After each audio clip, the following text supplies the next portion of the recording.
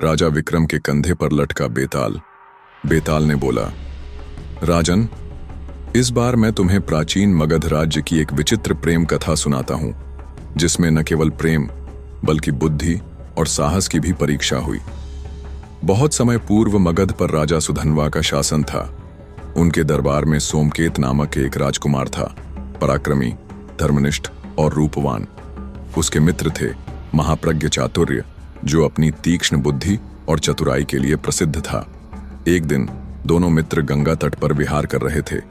वहीं उन्हें एक भव्य नौका पर चंद्रलेखा नामक राजकन्या दिखाई दी, जो विदेह नरेश की पुत्री थी।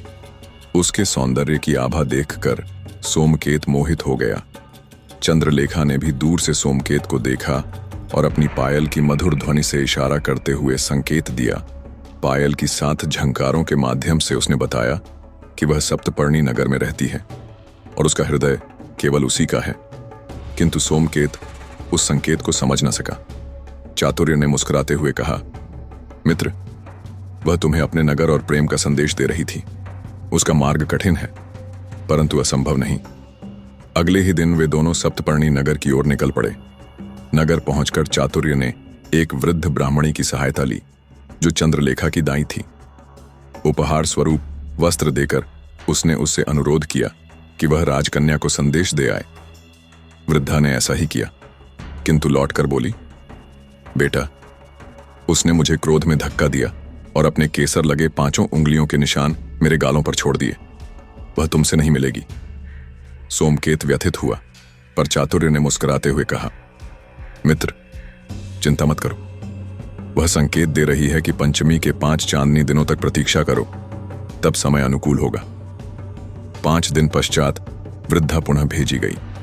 इस बार चंद्रलेखा ने महावर लगी 2 उंगलियों से संकेत किया, अगले 2 दिनों में राजमहल में उत्सव है, उसके बाद आओ। 2 दिन बाद चातुर्य ने सोमकेत को कहा, आज अवसर है वही मार्ग अपनाना जो उसने वृद्धा को सिखाया था, रस्सियों और गुप्त खिड़की का। सोमकेत ने वैसा ही किया और चंद्रलेखा से मिलन हुआ। दोनों ने गंधर्व विवाह कर लिया और कई दिन साथ रहे। परंतु चातुर्य को यह भांपते ही चंद्रलेखा ने ईर्ष्या से उसके लिए विष मिला पकवान भेजा। चातुर्य ने कुत्ते पर आजमाकर उसकी योजना समझ ली। उसने सोमकेत से कहा, मित्र, वह तुम्हें चाहती है, पर उसकी ईर्ष्या खतरनाक है। उसे यहां से ले चलो, किंतु सावधानी पूर्वक। उसी रात नगर में राजकुमार की मृत्यु का शोर उठा। चातुर्य ने योजना बनाई।